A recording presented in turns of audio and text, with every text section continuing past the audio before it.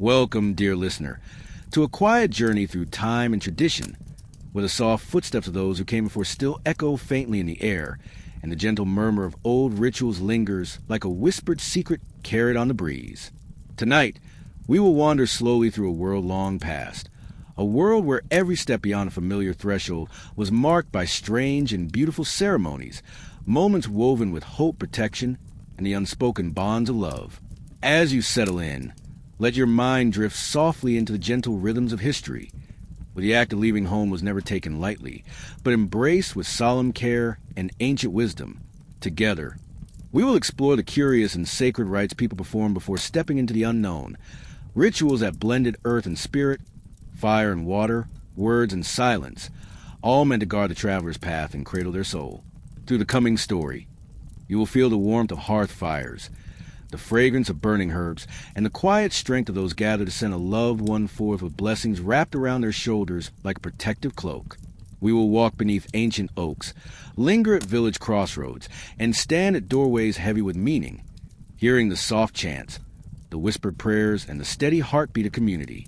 So, close your eyes if you wish, and let the world around you soften and fade as we begin the slow, soothing passage through time, a story of departure, hope, and the strange, timeless rituals that made leaving home a sacred and comforting act. The wind always spoke before the rooster did, not in words, but in sighs that slipped through the cracks between wooden beams, through the chimney, and under the worn doorframe of the cottage that sat just at the edge of the village where the land began to slope toward the lower marshes. The man who slept inside that cottage no longer stirred at the sound of wind. It had whispered to him for over 60 winters now, and he no longer feared what it might carry. He woke instead at the small creak that came when the rafters above warmed slightly from the breath of a hearth long gone cold, a single note in the quiet symphony of dawn.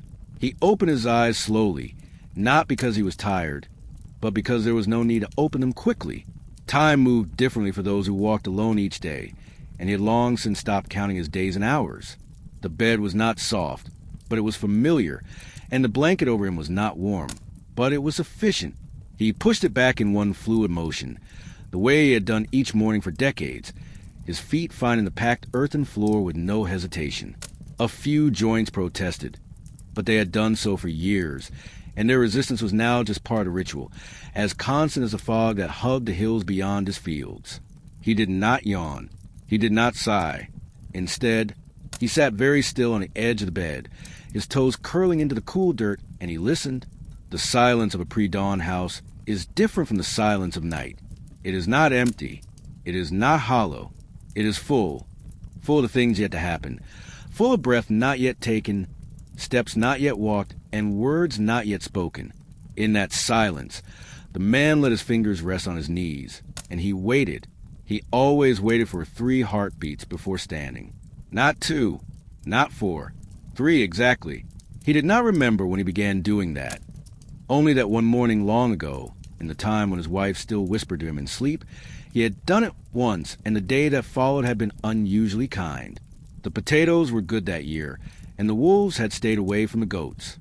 And so, ever since, 3 heartbeats before rising, that was the first part of the ritual. When he stood, his spine unfolded like an old oak waking from winter.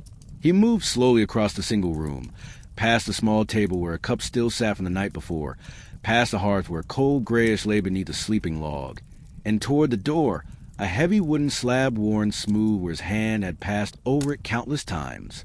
He did not open the door. Not yet. That would come only after the ritual was completed, and the ritual never changed. He reached instead for the small wooden shelf beside the door, no more than a rough plank hammered into the wall with hand-forged nails long rusted to their cores. On that shelf lay a small stone. It was not remarkable to look at. It was dull gray, the size of a sparrow's egg, its surface uneven and chipped in places. But to the man, it was more sacred than the bone relic kept behind the chapel altar, more reliable than the priest's muttered Latin. The stone had come from the eastern path that led to the stream, a place where his father had once slipped and broken his ankle on a morning not unlike this one. His father had told him, years later, after the bone had healed badly and the limb had become permanent, that the stone had been angry that day. The young boy had believed him, and the old man he had become still did. Each morning since, He had picked up that very stone, the same one, and he whispered to it, not words with meaning, just sound, a hush, a hum, a half-prayer that came from somewhere deep in his chest and rose like smoke from a smoldering fire. Then he placed the stone on the ground, just outside the door, to the left of the threshold. Always the left side. To put on the right would invite misfortune, not disaster, not doom, but small inconvenient misfortune. A broken strap, a sour batch of milk, a missing key. He had tested this only once. Placing it on the right side on a dare from a boy who later drowned in the river. That was 40 years ago. Since then, the stone always lay to the left. He did not open the door fully at first. Just a crack, enough to let in the morning. The cold breath of dawn touched his face, and the scent of moss and earth crept in with it. He listened for the rooster, but it had not yet spoken. That was good. He stepped back, turned the hearth, and touched the mantel with his right hand, then his left, and then he turned to face the door again. This gesture, too, came from memory, not his, but his grandfather's. The old man had once said that touching stone before touching the outside world kept the soul from wandering out with the feet. He did not know if this was true, but he had lost enough to believe that something in it might be. Now came the final part. With the door cracked open and the stone in place, and the chill of morning rising slowly up his bare ankles, the old man spoke aloud. Just one word. He never said the same word twice. It might be a name or the name of a flower or a sound he remembered from childhood, or a nonsense syllable that came to him in a dream. It didn't matter what the word was. What mattered was that it was spoken. It marked the border between inside and outside, between the world of rest and the world of work. Without it, the fields would not know he had arrived. And only then, with the stone to the left of the doorway and the word still warm in the air, did he step outside. He did not close the door behind him, not fully, just a gentle push, enough that it waited for him, ajar and welcoming, should the day be cruel and the road long. His boots crunched the frost-kissed earth, and his breath rose in a soft plume that curled toward the barn. The sun was still far from rising, but his day had already begun. And in another house, not far down the narrow lane lined with wet moss and sleeping goats, another ritual was beginning. The air in her home did not move. It sat still, thick with the scent of dried lavender and coal wax, a scent that had not changed in the 5 years since the last pair of boots had walked across the threshold. The windows were narrow and faced east, as all proper windows should in houses where morning took root and refused to leave. And although the sun had not yet begun to stretch its golden fingers across the hills beyond the chapel steeple, the widow was already awake, lying perfectly still on a straw mattress that no longer rustled beneath her weight, because the straw inside had long since been broken and compacted by time and habit. Her eyes were open, though they had been open for quite some time, long before the first movement of the wind outside or the faint creak of her neighbor's shutters. She did not rise quickly, nor did she linger in bed. She simply moved, without deliberation, as one might rise from a chair or step from shadow into light. Her body remembered the motion, even if her mind had not yet fully returned from wherever it had wandered during the night. Her feet found the slippers beside the bed mismatched, as they had always been, and padded softly across the wooden floor, not because anyone else slept there to be disturbed, but because some habits refused to die. The room was dim, lit only by the faintest suggestion of gray light leaking around the edges of the door and under the lip of the shuttered window, and she did not seek a lantern. Light would come soon enough, but before it did, there was a ritual that had to be performed, as it had been performed each day for nearly 2,000 mornings, at first by 2 hands, and now by 1. There, on the small wooden table near the hearth, stood the 3 candles. They were always the same, thick, squat, made from beeswax collected the summer before last, their wicks trimmed to the same length, their surfaces carved with small marks that no one else would have recognized. The markings had meaning once, symbols passed down from her mother and her mother's mother before her, lines to ward off illness, curves to call back wandering spirits, triangles that summon quiet dreams. The widow could no longer recall what each one meant, not with certainty, but she traced them anyway each morning with her fingers before lighting the candles, as she had done even when her husband still slept beside her, even when her children were still young and noisy and full of mud and mischief. She had not explained the marking to anyone before they left her, the ones who walked out the door and did not return, and the one who lay in the ground beyond the hedgerow, wrapped in linen and salt, but she traced them just the same. She lit the candles one by one, using a taper she kept tucked into the folds of a small book of Psalms, its pages brittle with age and stained with grease and time. The flame was reluctant, as it always was in the early morning, when the air clung to the walls and refused to lift. The first candle sputtered, then held. The second caught more easily, drawing the flame as if it had been hungry for it. The third hesitated, flickered, then glowed steadily, casting a faint amber light against the stone wall. She stepped back, folded her hands in front of her, and watched them. She watched them for a long time. The ritual was simple, and she had never explained to anyone, not even when she was young enough to still be asked such things. The candles had to lean, not fall, not bend, but lean, and not from wax melting or a breeze shifting the air, but from the flame itself. She watched to see which direction the flame leaned first. East was a sign of safe travel. West warned her to wait. South meant unexpected company. North meant sorrow on the road. If all three burned straight upward, she would stay inside all day, and the crows would not gather on the thatched roof, and the dog in the lane would not bark at nothing, and her boots would remain by the door untouched. This morning, as the farmer down the lane placed a stone and whispered to the wind, the widow stood before her candles and waited. The light grew a little around the shutters, and the chill that had settled in the corners of the room began to lift slightly, though the hearth was cold. The middle candle, always the boldest of the three, flickered once, then again. She leaned forward, narrowing her eyes, watching for the pattern she had come to know as well as any psalm or prayer. The flame leaned, almost imperceptibly, to the east. She nodded once, barely moving her head. The ritual was complete. Now, and only now, did she move to the cupboard to retrieve her shoes. They were worn but well kept, with thin soles that let her feel the ground beneath her feet, and laces she had mended twice in the last year. She did not put them on yet. That was part of another ritual, a separate one, tied not to the house but to the gate at the end of the path, a gate she would reach only after candles had burned down by a finger's width and the last of the morning fog had begun to rise from the grass. For now, she sat, hands resting in her lap, and waited in the quiet. Outside, the lane was beginning to stir. Somewhere beyond the trees, a sheep bleated. A bird tested its voice. Far away, someone opened a shutter. The widow felt it all from within the silence of her home, where the candles burned in their slow, deliberate rhythm, casting long shadows across the floor and painting the walls with a sleepy, golden hue. She would go out soon, not far, just to the chapel, to light another candle, one that would not return with her. But she would not go until the flames told her it was right. And in the house beyond hers, the one with the net of fishing lines nailed to the outer wall and the smell of salt and old nets in the cracks of every board, another man was beginning his morning with a ritual of his own, a fisherman who never stepped out without touching the stone in his pocket, never dared speak a word until his feet were wet with river water. The light came slower near the river, caught and scattered in the shifting mist that curled like slow smoke around the branches of alder trees, and drifted between the reeds that grew tall and thick along the muddy banks.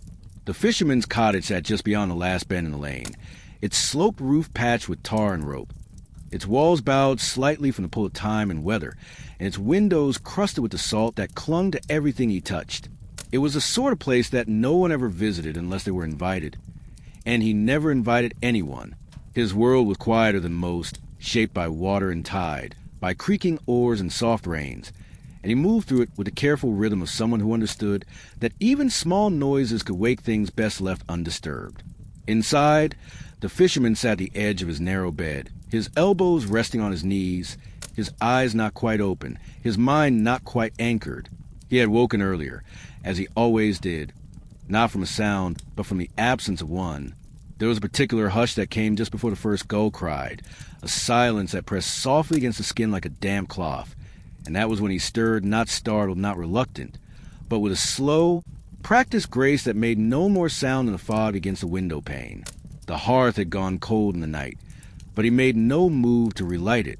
His warmth would come later from movement, from breath, from the slow labor of rowing and casting and rowing again. His boots waited beside the door, turned inward as always, their leather still damp from the night before, the stitching worn but intact. He did not reach for them. Not yet. There was something else he needed to do first.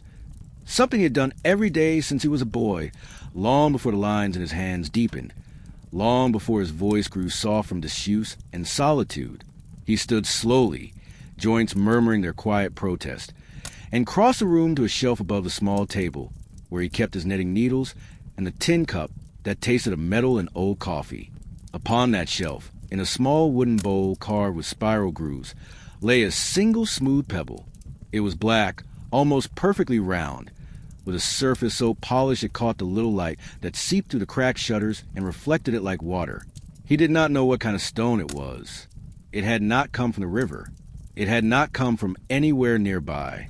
His father had given it to him when he was just old enough to be afraid of drowning, and he had said, without explanation, "Keep this close. Water knows." That had been all. No tale, no instruction, just those 3 words, spoken in the hush before a storm, and ever since, the fisherman had never left the house without touching the pebble. But touching was not enough. Not anymore. He reached into the bowl, his fingers moving slowly, as if to avoid waking the stone, and lifted it into his palm. It was cool, with a faint weight that always surprised him. He closed his hand around it and brought it to his lips. He did not kiss it. He never had. Instead, he whispered. The whisper was not a prayer, not to any god whose name was spoken in the chapel up the hill. It was a line, or maybe a fragment of a line, that had come to him in a dream many years ago. He did not remember the whole dream, only the words, "Where I go, you go. Where I fall, you float." He said it softly, each syllable slow and round, barely audible over the soft creak of the wood beneath his feet. Then he slipped the stone into the little cloth pouch sewn into the inside of his shirt, near his collarbone, where it would rest until he returned. Only then did he move to the door. He did not open it fully, not yet, but placed his hand upon it, palm flat against the old wood, and waited. Outside, the fog moved slowly across the yard, and the dock just beyond the narrow footpath was little more than a shadow in the gray.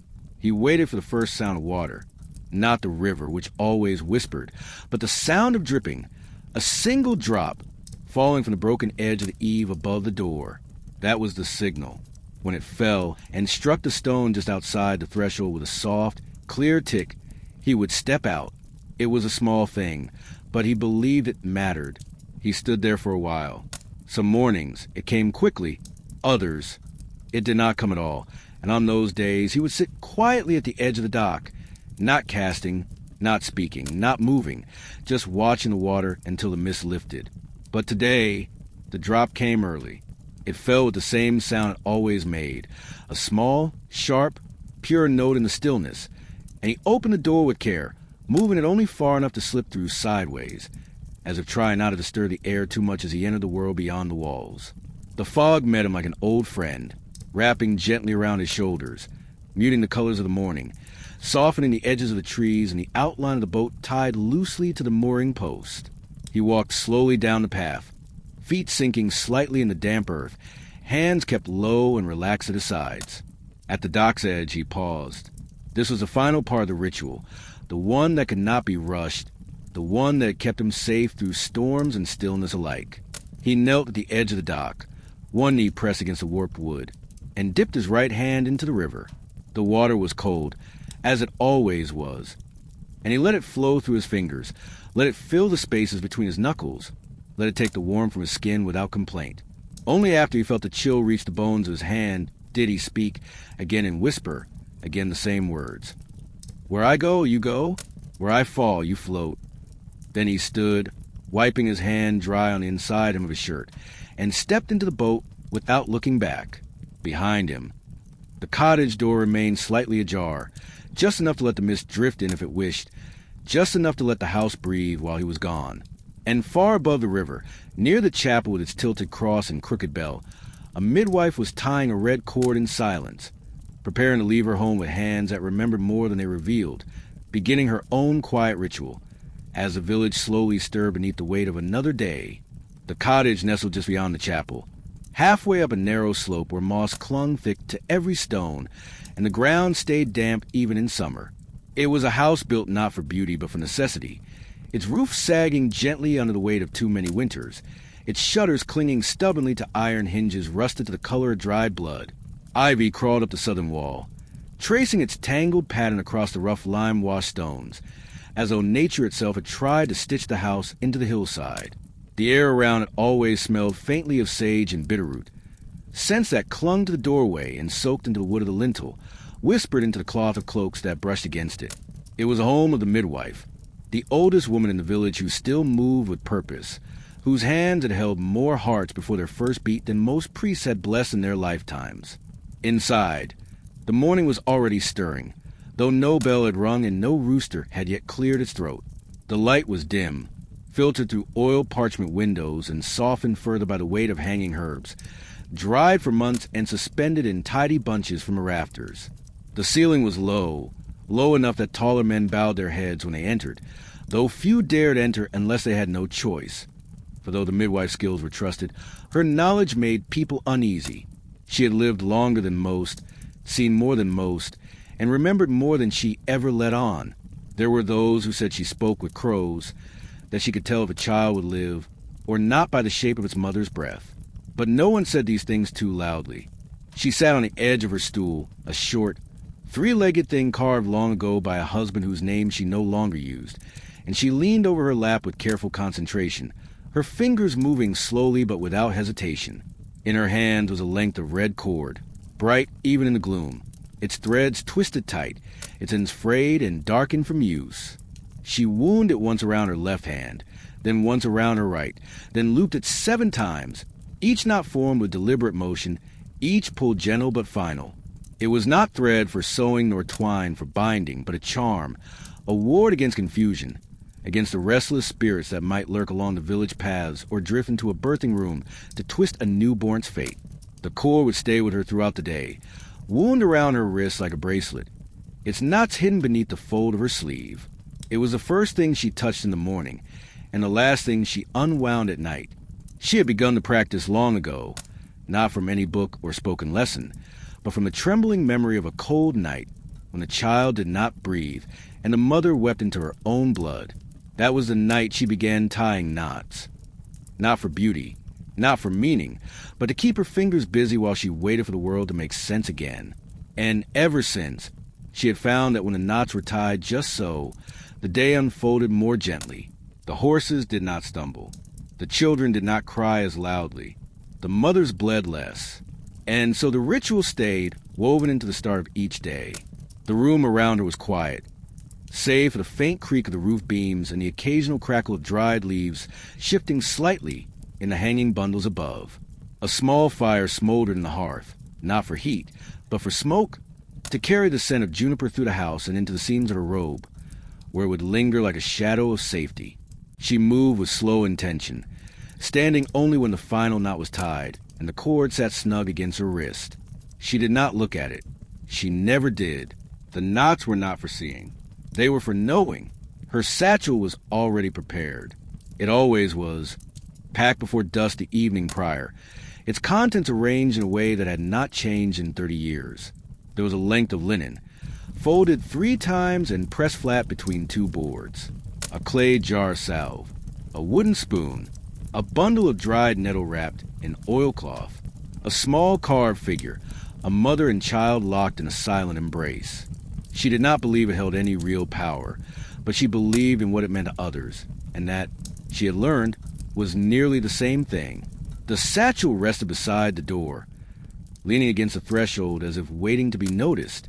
She stepped into her shoes, stiff leather with high ankles, the laces tied in a figure 8 that she had learned from a traveler long gone, and pulled her shawl over her shoulders. It was threadbare in places, worn soft as milkweed, and carried the smell of old herbs and even older journeys.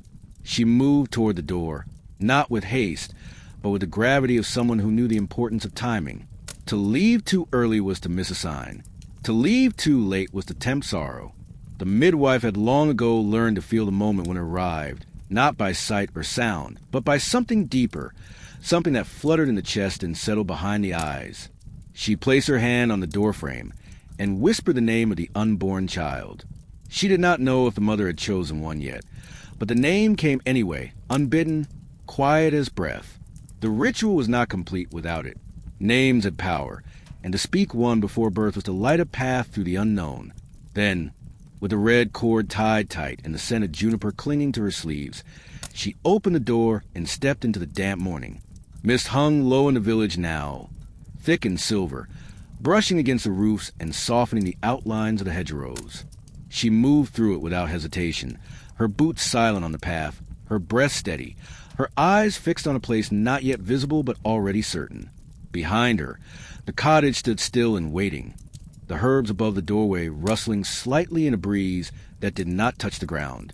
And farther down the lane, just past the rise of the hill and the moss-covered marker stones, a blacksmith was beginning his own ritual, not with fire, but with iron, with a nail pressed into the earth in a quiet hope that envy would pass him by once again. The sound of hammers had not yet begun to echo across the village, and yet the blacksmith was already awake, sitting alone on the low bench beside his hearth, his hands wrapped around a mug that no longer held warmth, staring into the ashes with eyes that saw something deeper than soot or coal. His forge had once been the heartbeat of the settlement, the source of clang and clatter that signaled industry, strength, and the eternal contest between fire and metal. But in these early hours, before the bellows breathed, before the hammer struck, the forge was silent, and the man who tended it sat not as a worker, but as a watcher, observing the quiet that settled over his tools like dust, waiting for the exact moment to begin. He was not old by any measure, but looked older than his years, his face weathered from the constant heat and the soot that clung to everything he touched. His arms were strong, not just with the strength of muscle, but with the memory of repetition, of thousands of blows delivered with precision, of tongs held steady while sparks danced like angry stars. He had long since stopped counting the swords and hinges and nails he had made. Now, he counted other things. The number of times the bell cracked on the hour, the number of clouds drifting past the open shutters, the number of times a crow landed on the anvil, always 3, always before a poor sale. He did not speak of these counts to others. They would not understand. But the rituals were real, more real than coin or commission. Each morning, before the fire could be lit, before a single tool was lifted from its hook, there was something that had to be done. The act was quiet, almost absurd in its simplicity, but he had never once skipped it. It had begun many years ago, on a day when a jealous rival from a neighboring village had stopped by, smiling with too many teeth, complimenting too freely, eyes roaming the walls of the smithy with a look that made the blacksmith's skin crawl. That very afternoon, a horseshoe had cracked, a fire had flared too hot and scorched the bellows, and a coin purse had gone missing. Nothing had ever been proven. No curses had been spoken aloud. But ever since then, the blacksmith had made a habit, no, a requirement, to bury a fresh iron nail beneath the threshold of his shop each morning before work began. Not just any nail. It had to be new, not in the sense of time, but in the sense of purity. It must not have touched wood, nor been grasped by another's hand. It must not have been set aside for another task. The nail had to be forged late the evening before, under the light of a single lantern, quenched in a basin of water laced with sage and crushed nettle, and then wrapped in a strip of linen torn from a work apron no longer worn. It was always placed on the same shelf, just above the forge, waiting for the morning ritual. He stood now, moving slowly, not from weariness, but from respect for the sequence of actions. The forge did not like to be rushed. He crossed the room with the quiet purpose of a man performing something sacred, though no church would have recognized the holiness of his task.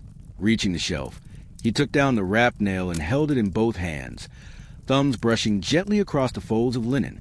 The nail inside was warm to the touch, always slightly warm, even though the fire had not burned since last night. He did not wonder why anymore. Some things simply were. He stepped outside into morning air, which was cool and heavy with the scent of dew and the faint trace of smoke rising from other cottages. The sun had not yet cleared the treetops, and the world was painted in silver and gray. The forge stood apart from the main house, a squat stone structure with a wide chimney and heavy wooden door. its threshold worn smooth by the boots of generations. He knelt slowly, one knee pressing into the damp soil just beside the door, and began to dig.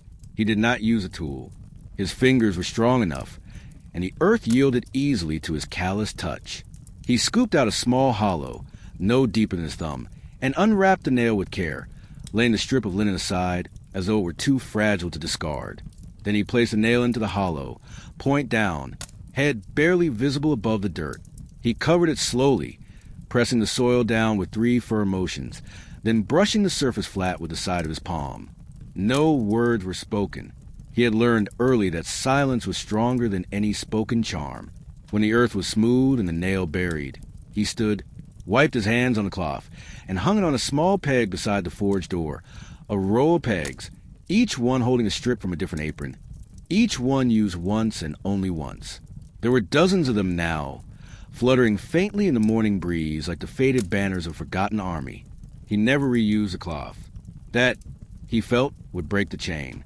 Only then did he open the door of the forge. It swung wide with a low groan, revealing the dark interior, where tools hung in neat rows and the anvil waited like a silent companion. The air inside was still, holding its breath. He stepped across the threshold without hesitation, his boots brushing just above the buried nail, and made his way to the hearth. The coal was stacked, the bellows were ready, and the day's work would soon begin. But before he struck flint or fed the fire, he paused, just for a moment, and turned back toward the doorway. He looked down, not at the ground but at the space just beyond it, where the mist from the river still clung in thin threads and the world outside the forge had not yet become loud. It was there that he always watched, waiting for a feeling, a small weight in the chest, a brief stillness in the breath, the moment the world seemed to exhale. When that moment passed, he would turn again, lift the hammer, and begin. Until then, he waited, and down the narrow path that curved away from the forge and past the cracked stone wall where the goats grazed, a boy stood in silence on his own threshold, facing his home with his back turned to the morning, holding his breath as though the act might keep sorrow from finding his family while he wandered in the fields. He stood very still, just outside the door of the cottage that leaned slightly to one side, as though it too was waiting for something, as though it had grown weary of always being left behind. The boy's feet were bare despite the morning chill, and he pressed his toes into the soft, damp earth of the garden path without flinching. His tunic was too short, fraying at the edges where his knees bent, and the hem flapped slightly in the breeze, though he did not seem to feel it. His hands hung by his sides, open and still, and his head was turned just enough to see the outline of the sunlit fog through the gaps in the shutters. But his back faced the door, and that was how it always began, his little game, as some called it, or his silent spell, as others whisper when they thought his mother could not hear. The child did not speak. He never had, not because he could not, though no one could say for certain what he was capable of. His mother said he had chosen silence, that it was not a curse or a defect, but a shield, a quiet wall he had built for reasons he did not explain. No doctor had visited to examine him. No priest had been summoned to banish demons. The village had learned, over time, to accept his silence as part of the landscape, like the mist that lingered too long in spring or the owl that hooted from the chapel roof. He was not feared, not mocked, only observed. People watched him away. They might watch an old tree twist slowly over the years, not expecting change, but still finding wonder in the stillness. Each morning, before leaving the safety of the cottage, he played his strange little game. No one had taught it to him. His mother certainly hadn't, but he performed it with seriousness that made it feel like ritual, something older than language. He stood just as he did now, facing away from the door, shoulders squared, heels touching the edge of the threshold, breath caught like a moth in his chest. He would not move until the moment was right. No words were needed. The air itself would tell him. And so he waited. The morning wrapped around him gently, the sky above pale and wide, the fog curling to the fence posts like lazy ghosts, and the smell of peat smoke rising from distant chimneys. A crow called once. Far off, somewhere a shutter closed. But he remained unmoving, eyes fixed on the space ahead, breath tight within him, hands loose at his sides. He was waiting for the stillness, not silence, but stillness, that precise, invisible shift in the world when the birds fell quiet and the leaves hung in the air like hell breath. It always came, sooner or later, that moment of perfect pause, and when it did, he moved, backwards. A single step, heel first, then the other, carefully, slowly, into the open doorway. He never turned around. He never looked behind him. He walked into his own house in reverse, as though retracing his own presence, as though unmaking the very fact that he had woken up in that space. And just before his heels touched the inside floor, he stopped, still holding his breath. It was at this point in the ritual that his mother always watched in the corner of her eye, not daring to speak, not want to break whatever thread he was holding in his small, steady fingers. She believed, though she would never admit it aloud, that what he did mattered, that the strange movements, the silent game, the backward walk and the tight-held breath, that they kept something at bay, perhaps not death, perhaps not sickness, but something smaller, stranger, a thread of misfortune, maybe a ripple of grief. He had begun this habit the year his father fell ill. And though the man never returned from the hill where the coughing had taken him, the boy had never stopped performing the ritual, and neither had they known a day of fever since.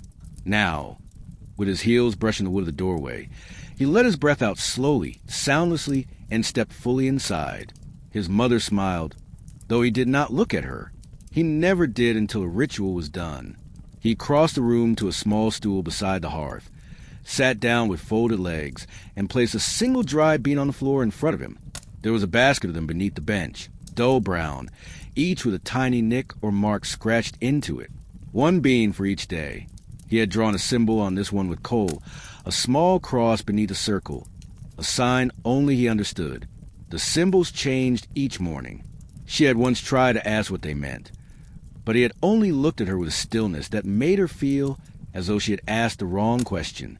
When the bean had been placed just so, he reached into the fold of his tunic and pulled out a string, no longer than his forearm, frayed and uneven, with knots at each end and a small wooden disc threaded in the center.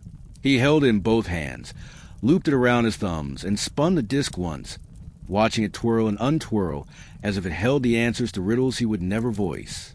Then he wound the string tightly, tucked it back into his tunic, and stood. It was done. Only then did he move to the front door, opening it fully now, facing the morning for the first time. The mist had thinned, and a warm breeze stirred the tops of the barley beyond the garden fence. He stepped outside barefoot, walking carefully along the edge of the path where the earth was softest. His mother stood behind the door, watching him go, whispering a blessing she had never learned from the chapel, a blessing made of his name and the name of his father, and the sound of her breath joining the breeze.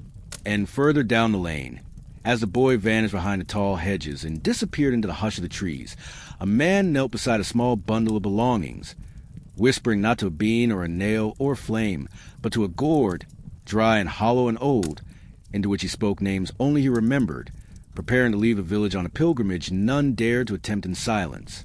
The bundle at his feet was small, no larger than a sack of grain, and tied with such deliberate neatness that it looked more like an offering than a possession. It rested atop a flat stone just outside the low fence of his dwelling. Not within, never within, because the house, in its silence and disrepair, no longer welcomed things meant for travel. He had lived in that house once, years ago, when its walls were whole and its windows not yet blind with dust, but now it served only as a place to pass through. He did not sleep there, not really. He waited there. He waited for the time when the path would become clear, when the signs would stop contradicting one another, and when his body would feel light enough to leave without fear. And today, though nothing outwardly had changed, he had risen knowing that it was a day, not because of any dream, not because of a voice, but because the stone beside the well had turned over in the night, a small, round thing that never moved unless it had something to say. He knelt now beside the bundle and the gourd, placing both knees on the earth as though entering prayer. The ground was soft, softened by the damp night and the slow drizzle that had passed through the valley hours earlier, and the scent of wet leaves drifted up from the ditch just behind the fence. He wore a simple tunic, patched and faded, and over a woolen cloak with a hood that rested heavily against his shoulders, still damp at the hem. Around his waist was tied a rope, and from that rope hung 3 objects, a length of twisted bark, a pouch of dried rose hips, and a wooden ring too small for any finger, carved from ash and darkened with oil. Each of these things had a purpose, though their purposes were not shared.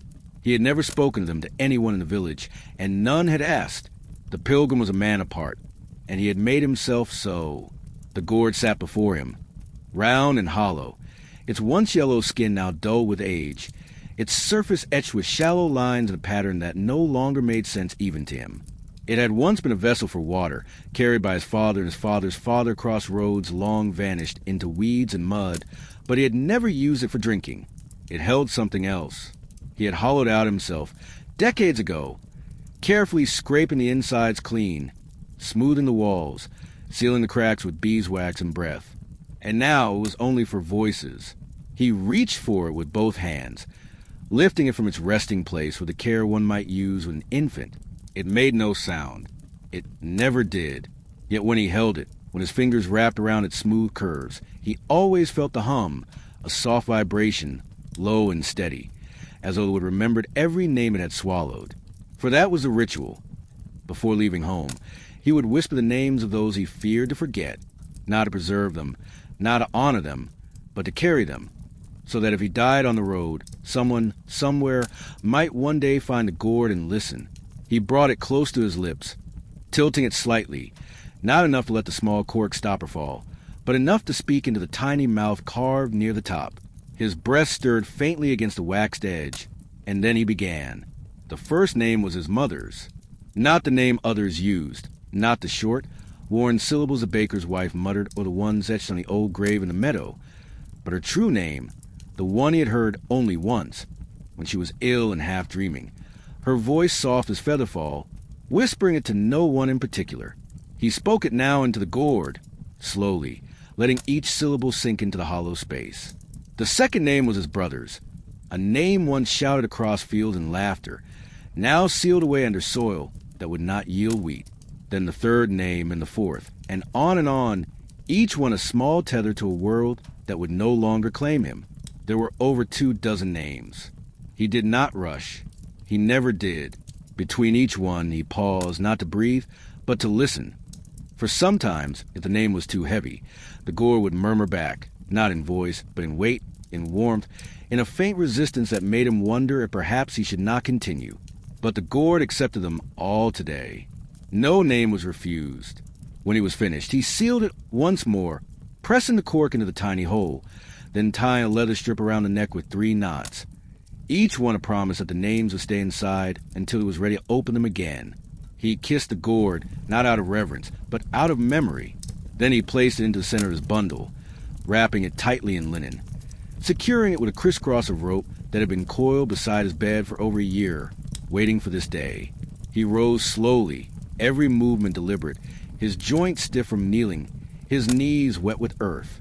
The sun had begun to break through the low clouds, turning the mist into gold, and the path beyond the garden was now visible, a line of trodden soil flanked by tall grasses and the leaning shadows of young pines.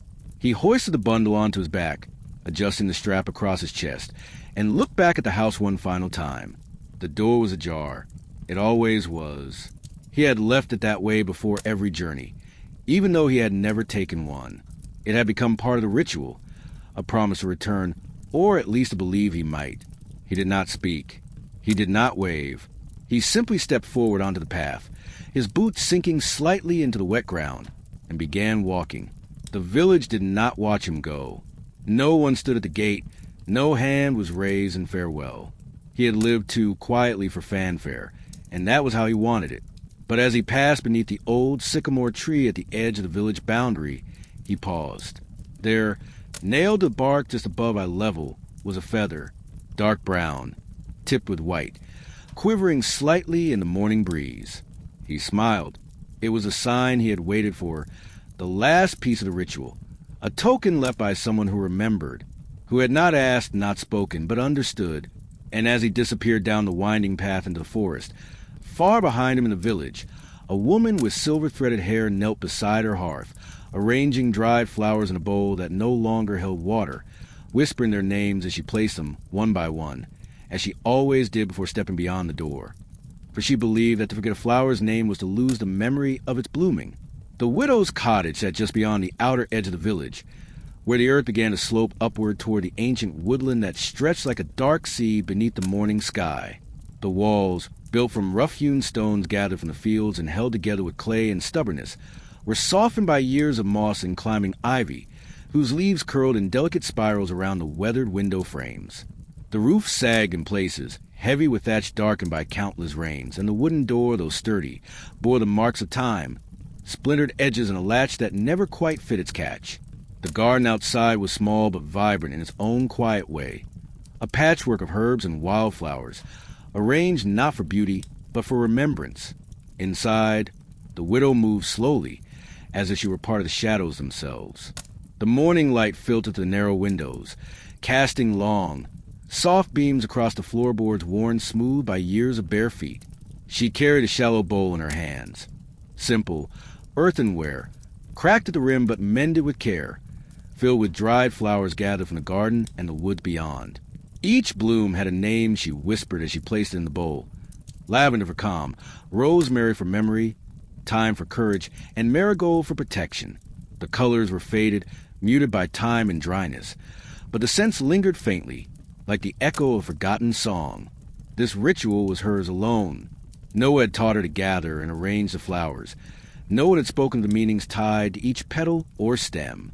She had learned by watching the wind and listening to the earth, by remembering the stories her mother told in whispers and the soft prayers murmured at twilight.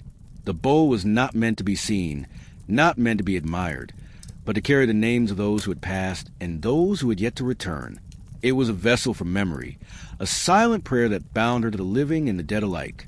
She sat by the hearth, the bowl resting on the wooden table in front of her, and cupped her hands around it as if to hold the scent close. The room was quiet except for the soft crackle of embers that still glowed faintly beneath the ashes of last night's fire. She did not light the hearth this morning.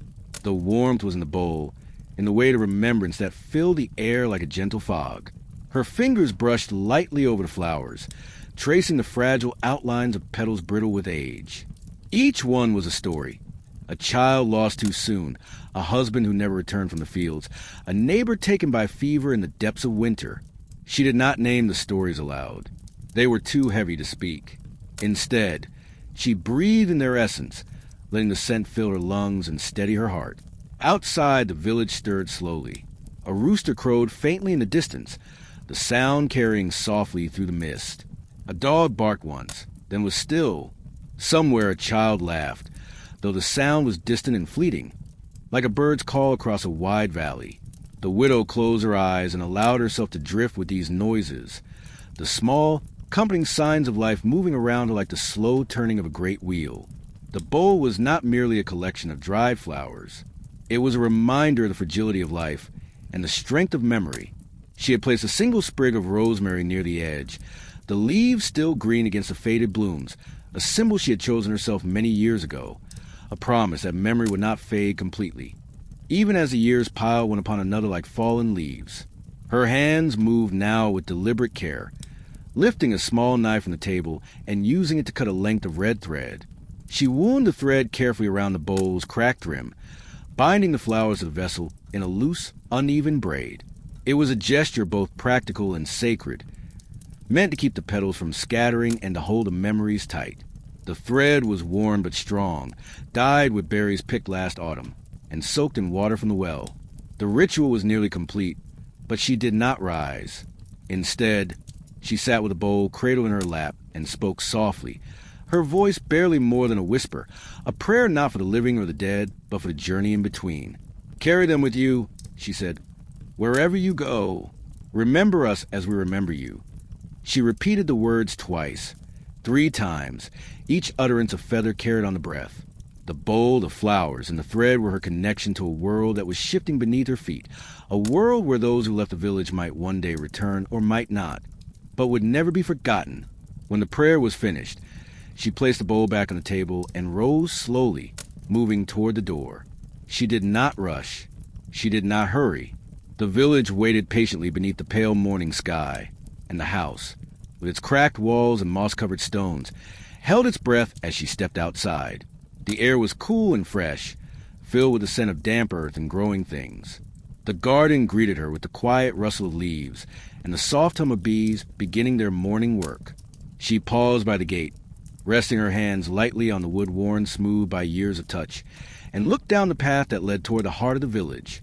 In the distance, beyond the stone chapel and the small market square, the church bell tolled softly, its voice low and steady. The sound mingled with the rustling of trees and the distant murmur of the river, weaving together a tapestry of sound that wrapped around the village like a blanket. And as she turned back toward her home, the bowl of memories held safely in her hands, the widow knew that the ritual she performed each morning was not just a way to remember those who had gone before, but a way to prepare herself for those who would leave next, those who would step beyond the door carrying their own bundles, stones, nails, beans, and whispers, beginning their own strange journeys in a world filled with unseen forces and ancient rites. The traveler stood at the edge of the village just as the sun began to rise, its pale light spilling softly over the thatched roofs and casting long shadows that stretched like fingers across the dirt road. His cloak, heavy and worn, hung unevenly from his shoulders, weighed down by the small bundle tied tightly at his waist, a collection of simple belongings wrapped in a faded cloth, frayed at the edges from many journeys. His boots, cracked and caked with dried mud, stood firmly planted on the ground as if holding him in place, anchoring him to the village even as his heart longed for the open road beyond. He did not speak as he moved slowly toward the well at the village center, a stone structure weathered by time and softened by moss, its iron bucket hanging silent from a rusted chain. Around the rim of the well, small offerings had been placed over the years, a twisted root here, a worn coin there, a sprig of wildflowers tied with a ribbon, each one a silent prayer for safe passage, for steady feet and watchful eyes along the winding trails ahead. The traveler reached into his bundle and pulled out a small, carved wooden talisman, its surface smoothed by the touch of many fingers, its shape worn but still recognizable as a symbol of protection. He knelt beside the well, careful not to disturb the offerings already laid, and set the talisman gently on the stone rim. Then, with hands steady despite the weight in his chest, he lifted the bucket and let the water pour softly onto the earth below, watching as it soaked into the soil, darkening the ground like a promise made in silence. The ritual was simple, unadorned, but it carried the weight of generations, a way to honor the spirits believed to watch over travelers, to ask their favor before stepping beyond the safety of home. As he straightened, the traveler reached into his cloak and pulled out a small piece of parchment, worn and creased, folded many times over.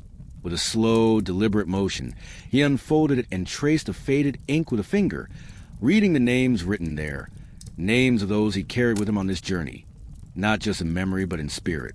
Family, friends, those left behind, and those lost to the road. Each name was a tether, a thread linking him to a past that would always be part of him, even as he moved forward into the unknown. He whispered each name softly, the words carried away by the morning breeze, mingling with the scent of damp earth and blooming wildflowers. The list was long, but his voice never faltered, steady and sure, a quiet vow made to those who had shaped his life and to the path that lay ahead. When he finished, he folded the parchment carefully and tucked it back into his cloak near his heart. Before turning away from the well, the traveler paused once more, closing his eyes and breathing deeply.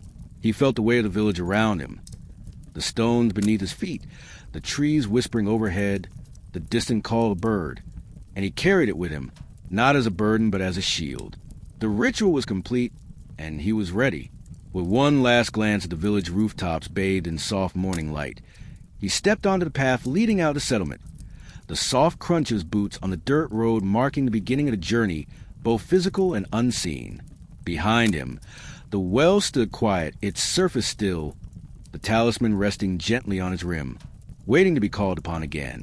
And as the traveler disappeared into the embrace of the waking world beyond, the village itself seemed to hold its breath, the echoes of countless rituals lingering like a whisper in the air, a silent promise that no one truly left without the blessing of those who remained.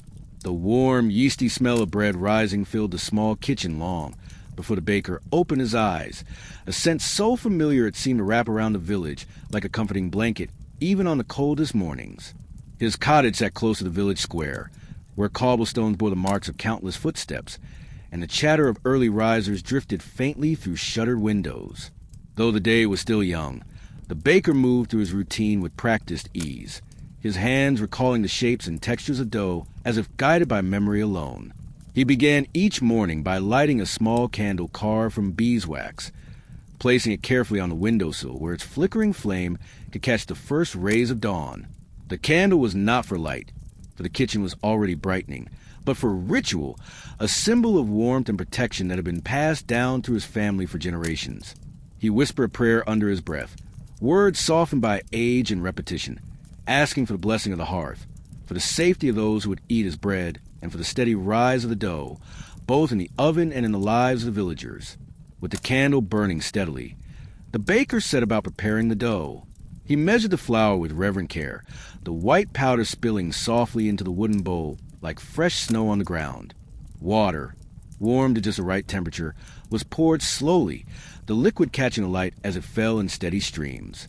Salt and yeast were added next, their precise quantities a closely guarded secret, whispered only among the few who truly understood the sacred nature of bread-making. As he worked the dough with strong, sure hands, the baker's thoughts drifted, not to the task at hand, but to the rituals that surrounded his craft. Before placing the loaves in the oven, he always brushed a small cross on the inside of each one, marking the bread with a silent blessing. This simple gesture, almost invisible to the eye, was believed to keep the hunger of misfortune at bay, ensuring that those who ate the bread would be nourished not just in body, but in spirit. The mark was made quickly, a light touch of flour crossed with finger, but it carried a weight that had never been questioned. Before opening the oven door, the baker would take a moment to breathe deeply, filling his lungs with the warm, yeasty air. He would close his eyes and imagine the faces of those who would break bread with him, the children with bright eyes and rumpled hair, the elders who remembered winters long past, the farmers and craftsmen who labored from dawn until dusk. Each loaf was more than food. It was a vessel of care, a binding thread that connected the village in ways that words could never express.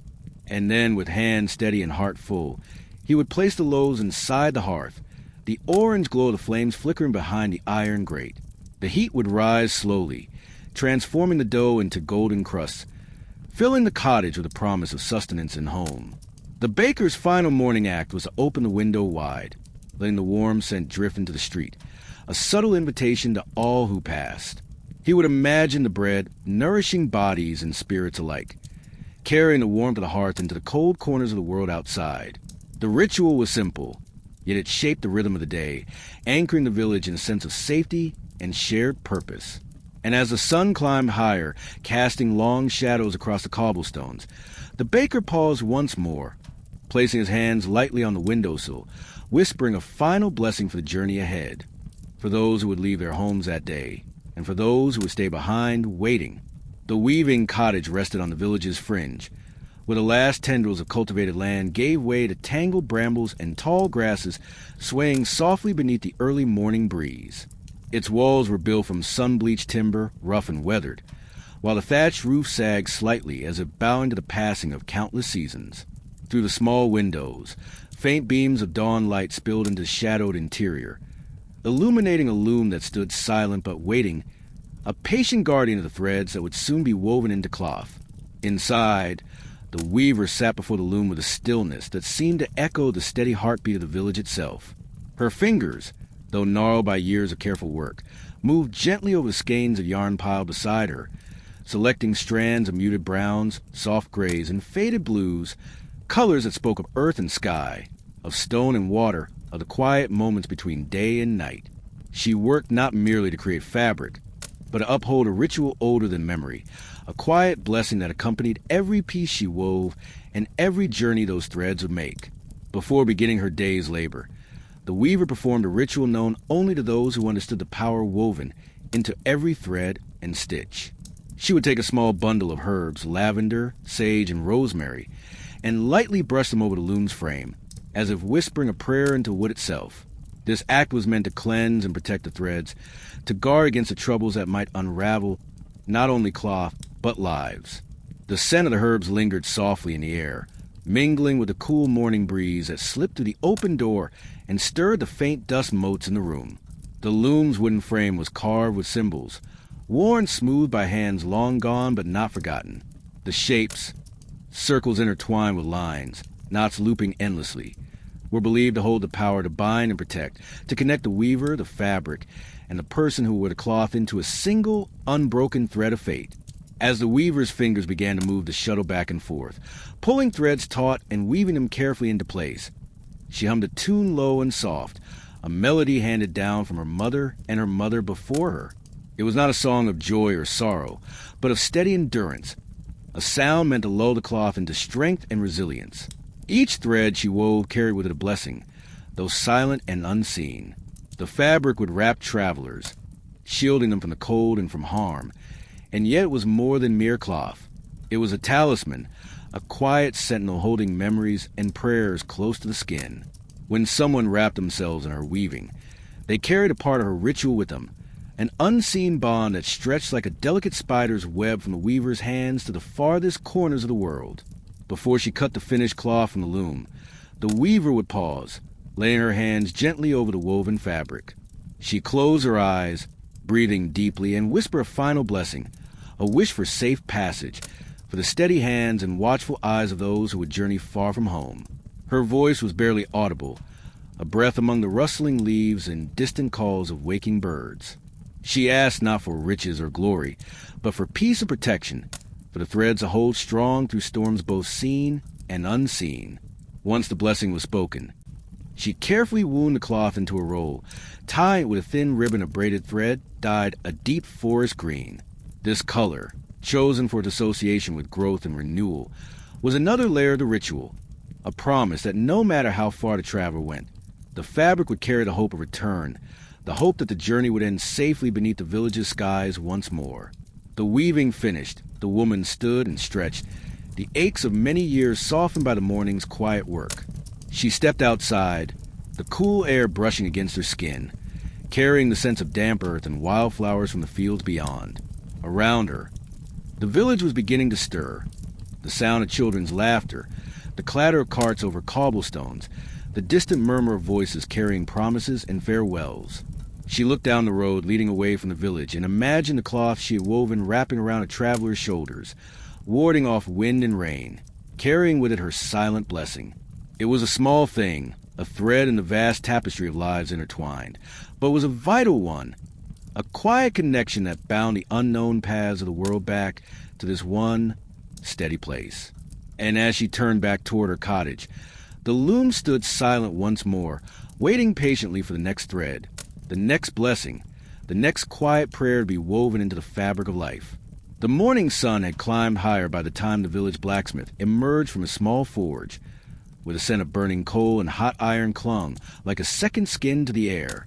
His broad hands, blackened at the nails and scarred from years of shaping metal, rested briefly on the worn wooden doorframe before he stepped out onto the uneven stones of the village street. The forge, tucked near the edge of the settlement beside the great elm tree, was both his workshop and his sanctuary, a place where the heat of the fire transformed raw materials into tools, weapons, and most importantly, protective charms. Today, as with every day before a journey, the blacksmith prepared a small, sacred ritual, one that had been passed down through his family for generations, whispered about in quiet corners but never fully spoken aloud. Before leaving home, travelers would come to him, seeking not just horseshoes and nails but the blessing of his forge. The blacksmith understood well that his work was more than mere metalcraft. It was an ancient rite, a shaping of fate itself. He reached into the pocket of his leather apron and pulled out a small iron horseshoe, no longer than his palm and darkened by years of use. This horseshoe was not meant for a horse's hoof, but for the traveler's pocket or bundle, a talisman to ward off misfortune and bring steady footing on the winding paths ahead. Holding it carefully, he examined the small symbols etched into its surface. Simple crosses, spirals, and lines that had been hammered into the iron with quiet intention, each mark a prayer, a wish, a shield against harm. Next, the blacksmith took a small hammer, no bigger than a hand, its head smooth from years of use. With slow, deliberate taps, he began to ring the horseshoe, the sharp, clear notes ringing out like bells, echoing softly through the morning air. The sound was more than a signal. It was a calling, a summoning of forces unseen but deeply felt. It was said that the ringing would awaken the spirits of protection, binding them to the iron and, through it, to the traveler who carried it. As the final tap faded, the blacksmith carefully wrapped the horseshoe in a piece of linen, a strip of cloth dyed with sage and lavender, sealing in the blessing as though locking it within a fragile vessel. He tied the bundle with a piece of twine, knotting it 3 times, each knot representing strength, courage, and safe passage. This small package would be given to the traveler before departure, a silent guardian to carry in the pocket or sewn into a cloak. But the ritual did not end there.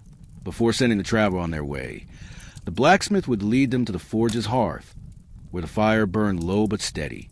He would take a pinch of ash from the hearth and sprinkle it over the traveler's hands and shoulders, the fine powder dusting their skin like a blessing from the earth itself. The ash was believed to carry the power of renewal, to cleanse away fears and doubts, and to strengthen resolve. The traveler, standing quiet and respectful, would bow their head in thanks, feeling the weight of the ritual settle like a mantle around their shoulders. With the horseshoe tucked safely into their pack and the ash still clinging to their skin, they would step beyond the village gates with a renewed sense of courage, their journey both protected and honored. The blacksmith watched as they disappeared down the road, the clatter of hooves and footsteps fading into the distance. He returned to his forge, tending the fire and tools with careful hands, knowing that while his work was of iron flame, its true power lay in the unseen bonds it forged, bonds between home and road, past and future, safety and adventure. As the afternoon sun warmed the village square, the blacksmith paused by the door of his forge, listening to the wind rustle through the elm's leaves and the distant laughter of children playing near the well. He smiled softly to himself, aware that in the quiet moments between the clanging of hammer and anvil, in the simple rituals of metal and fire, the village's spirit was kept alive and well, held fast by the strange, sacred rites performed before every departure, before every step beyond the threshold of home. The village healer lived in a humble cottage nestled at the edge of a dense wood, where the whispers of trees mingled with the songs of birds and the soft rustle of leaves underfoot. Her life was one of quiet devotion, tending to wounds and ailments with knowledge passed down through generations, a blend of herbs, roots, and whispered incantations that formed a delicate web of care and protection. As dawn broke, spilling gentle light through her window, she prepared herself for the day's most important ritual, the blessing of those who would leave their homes, stepping into the uncertain world beyond. The healer's morning began with the careful gathering of herbs from her garden, each plant chosen for its unique properties and its place in the sacred tradition: lavender for calm, chamomile for healing, rue for protection, and thyme for courage. These were not mere plants, but living symbols, each carrying the essence of life and the promise of safety. She harvested them with reverence, her fingers gentle as they brushed over leaves and flowers, mindful of the balance between giving and taking from the earth. Back inside, the cottage was filled with the subtle fragrance of drying herbs, tied in bundles and hung from wooden beams, their shapes casting delicate shadows on the rough plaster walls.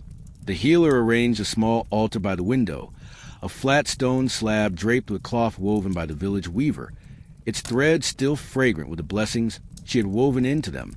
Upon this altar, the healer placed her tools, a mortar and pestle carved from smooth granite, small glass bottles filled with tinctures, and a worn leather-bound book containing recipes and rites penned in fading ink. Before the travelers arrived, she prepared a mixture, a salve crafted from crushed herbs and beeswax, infused with oils pressed from the seeds she had gathered in the previous season. The process was slow and deliberate, the ingredients ground and blended with care, each step a prayer for strength and protection. This salve was not simply medicine, but a sacred balm meant to shield the skin and spirit against harm, to guard against the unseen dangers lurking beyond the familiar paths. When the travelers came, the healer greeted each with a soft smile, her eyes reflecting both kindness and the weight of the journeys they were about to undertake. One by one, they approached her altar, hands extended and hearts open, receiving the salve with gratitude and quiet hope. She applied it gently to their wrists and temples, the coolness of the ointment a soothing balm that seemed to settle nerves and steady the soul. The healer did not speak much during these moments, for words were often unnecessary in the presence of shared understanding. Instead, she offered a final ritual, a whisper of blessing, carried on a breath and woven into the smoke rising from a small censer filled with burning herbs. The fragrant tendrils curled around the travelers, wrapping them in a protective veil, that was felt more than seen, a shield fashioned from ancient tradition and quiet faith. As the smoke drifted upward, the healer watched the travelers prepare to leave, their faces calm despite the weight of uncertainty that lay ahead. She knew that this ritual, like the others practiced throughout the village, was not a guarantee against hardship, but a beacon of hope, a fragile thread connecting the safety of home to the wide world beyond. When the last traveler had gone, the healer returned to her workbench, tending to poultices and potions, her hands steady and sure. The sun climbed higher in the sky, casting warm light through the window, and the gentle sound of the village moved around her. The call of a distant bell, the murmur of voices, the laughter of children at play. In these moments, the healer understood her place in the cycle of departure and return, of loss and remembrance. Her rituals, like those of the baker, the weaver, and the blacksmith, wove a protective web that held the village together, binding past and present, home and journey, in a tapestry of quiet care. The village children, with their bright eyes and restless spirits, were often unaware of the strange rituals their elders performed before stepping beyond the familiar boundaries of home.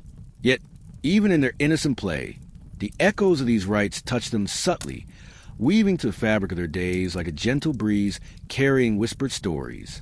It was a morning much like any other when the children gathered near the old oak tree at the village center, their laughter mingling with the rustle of leaves and the soft murmur of a nearby brook, unaware that today, like many before, the village itself was holding its breath for those who would soon depart. Among the children was little Aylin, her small hands clutching a bundle of wildflowers she had gathered from the meadow, delicate blooms of daisies, buttercups, and violets, their colors soft and fading in the gentle morning light. Though young, Aylin had a quiet understanding of the rituals that surrounded her, passed down through stories told by her grandmother as they sat by the hearth on cold evenings. These stories spoke of journeys marked by tokens and blessings, of steps taken with care and hearts full of hope, and though she could not fully grasp their weight, she carried a memory in her heart. That morning, as the children played beneath the sprawling branches of the oak, Aylin watched as the villagers began their preparations for departure. She saw the baker lighting his beeswax candle, the weaver brushing herbs over her loom, and the blacksmith wrapping the iron talisman in cloth. Each act a silent prayer for safety and return. The air was thick with unspoken words, the weight of anticipation hanging like morning mist over the village.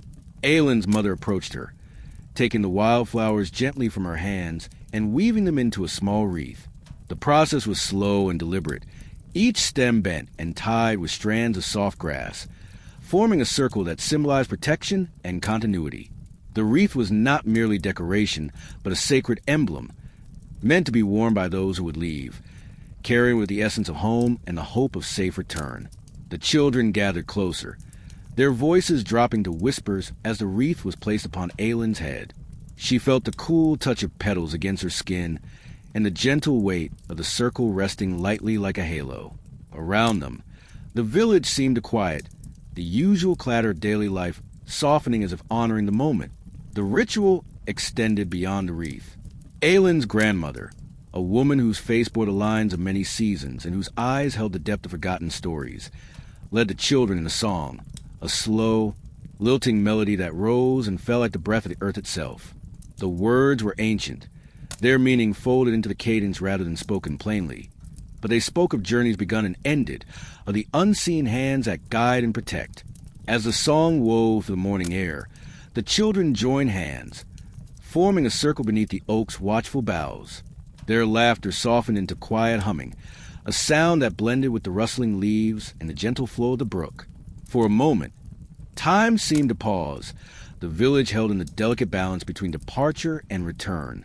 When the song ended, Aylin's grandmother placed a small pouch in her hands, a sachet filled with herbs gathered from the fields and blessed by the healer's touch.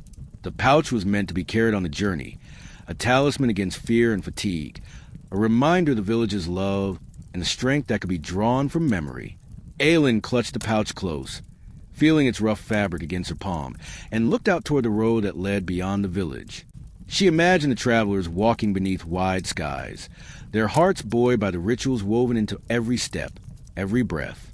Though she was small and the world beyond was vast and unknown, she carried with her a quiet hope, a hope wrapped in flowers, songs, and the unbreakable bonds of home. And as the morning sun climbed higher, casting golden light over the village, the children's circle slowly dissolved, their footsteps scattering like leaves on the wind, leaving behind a silence that was not empty but full of stories, blessings, and the gentle promise that no journey began without the sacred rituals that held them all together.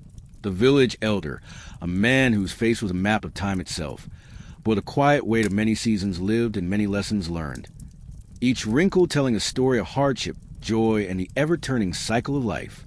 His voice, when he finally spoke, was like the gentle rumble of distant thunder, soft but deeply resonant, and carried a kind of calm authority that asked for patience and understanding.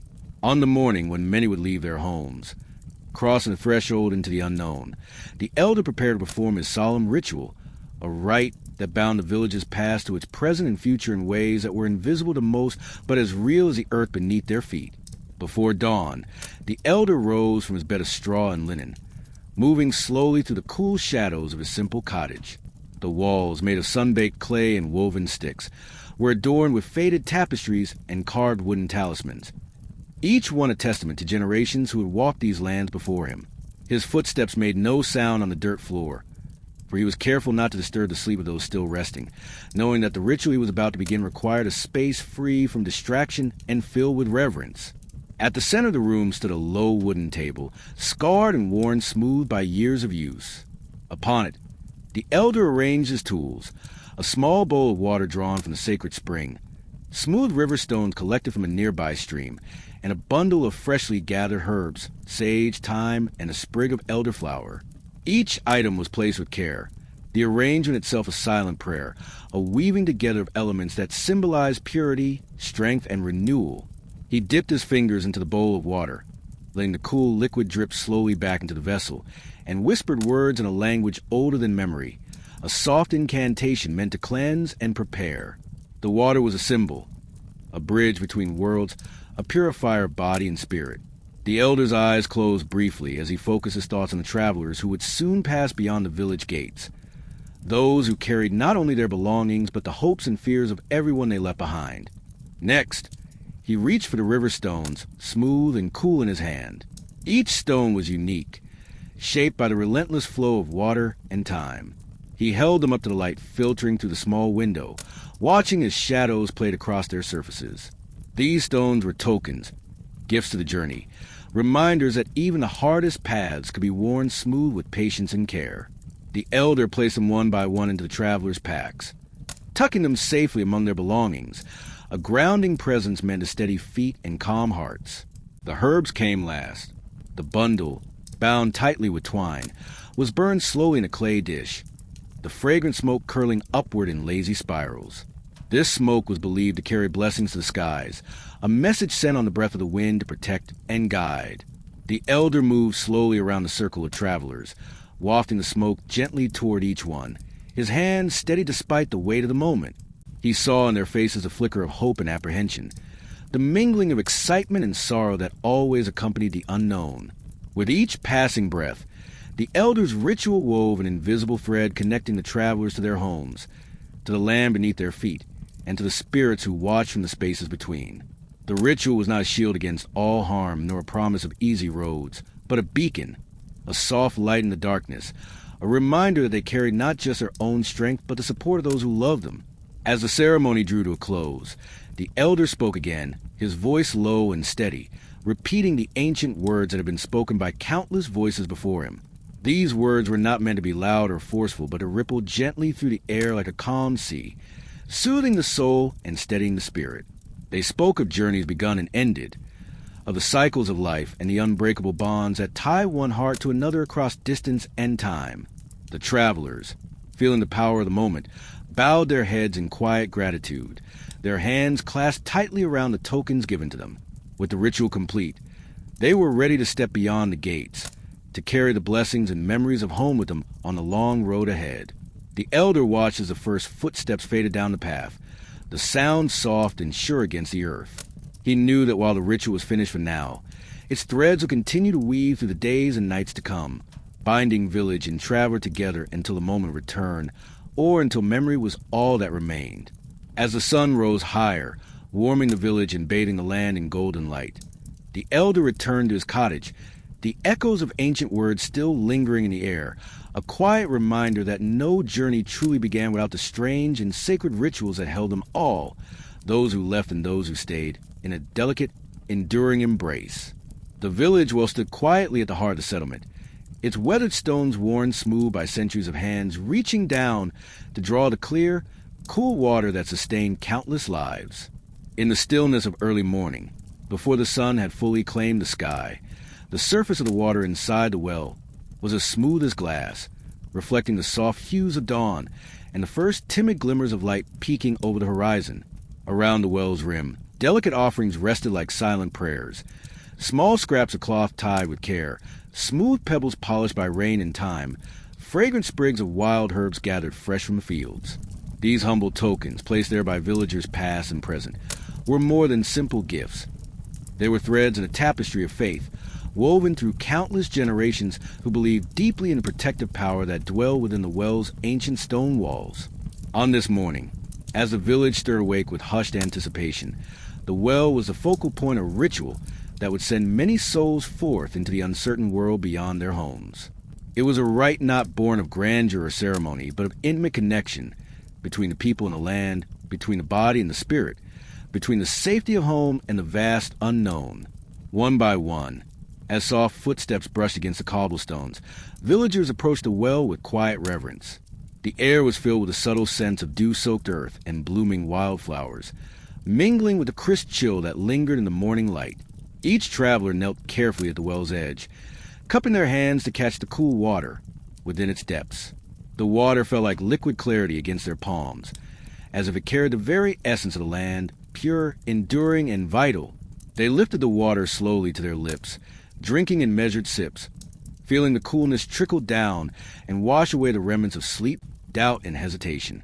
The act of drinking was more than physical sustenance. It was a sacred cleansing, a baptism of sorts that prepared them for the journey ahead. As the water slipped down their throats, they imagined it washing away fear and uncertainty, filling the spaces where hesitation might dwell with newfound courage and resolve. It was a quiet moment of reflection, an intimate pause to gather strength before stepping into the unknown. Once each traveler had tasted the water, they dipped their hands again and poured a small portion back onto the earth that surrounded the well. This offering was deliberate and profound, a gesture of reciprocity and respect, giving back to the land that gave so much. The water, absorbed into the soil, was believed to carry with it their hopes and prayers, mingling with the spirit of the village and flowing outwards to protect the path ahead. It was a sacred cycle of give and take, a ritual that honored the bond between the traveler and the world they were about to enter. Soft murmurs of prayer and blessing rose from the circle gathered there, their voices low and steady, weaving together in a gentle harmony that seemed to ripple through the morning air. These words, spoken in the old tongue of their ancestors, carried the weight of centuries. Prayers for safe passage, for steady feet and watchful eyes, for protection from unseen dangers both natural and supernatural. The villagers believed deeply in the power of these spoken words, that they could summon guardians to walk beside the travelers, keeping them safe through forests thick with shadows, across rivers swollen with rain, and over mountains that scraped the very sky.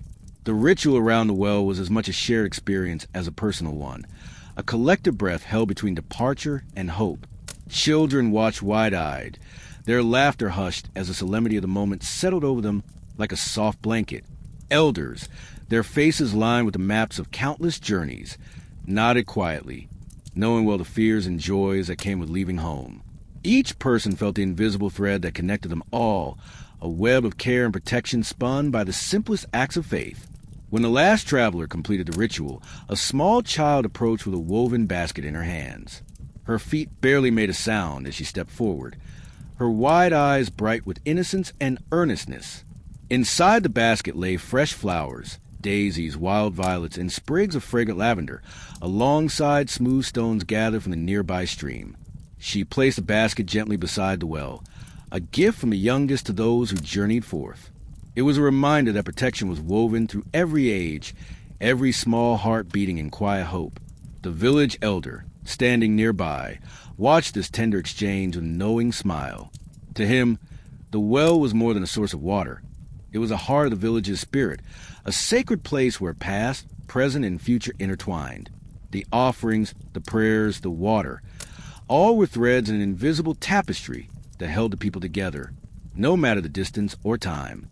As the sun rose higher, casting long, warm rays over the village and the countryside beyond, the travelers turned their backs to the familiar roofs and winding streets.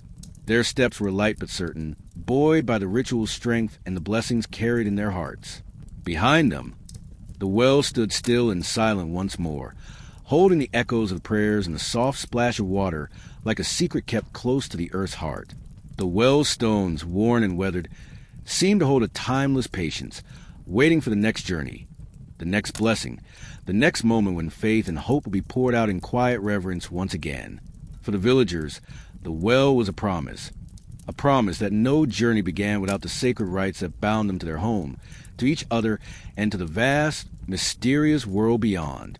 The village crossroads lay just beyond the cluster of humble cottages, where the well-worn dirt paths converged beneath the sprawling branches of an ancient oak tree, its gnarled limbs stretching wide, as if to embrace the sky itself.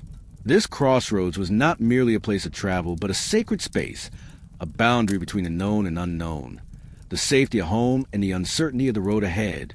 For centuries, it had been a place where villagers paused before journeys, performing strange and solemn rituals meant to shield travelers from harm and invite blessings upon their paths.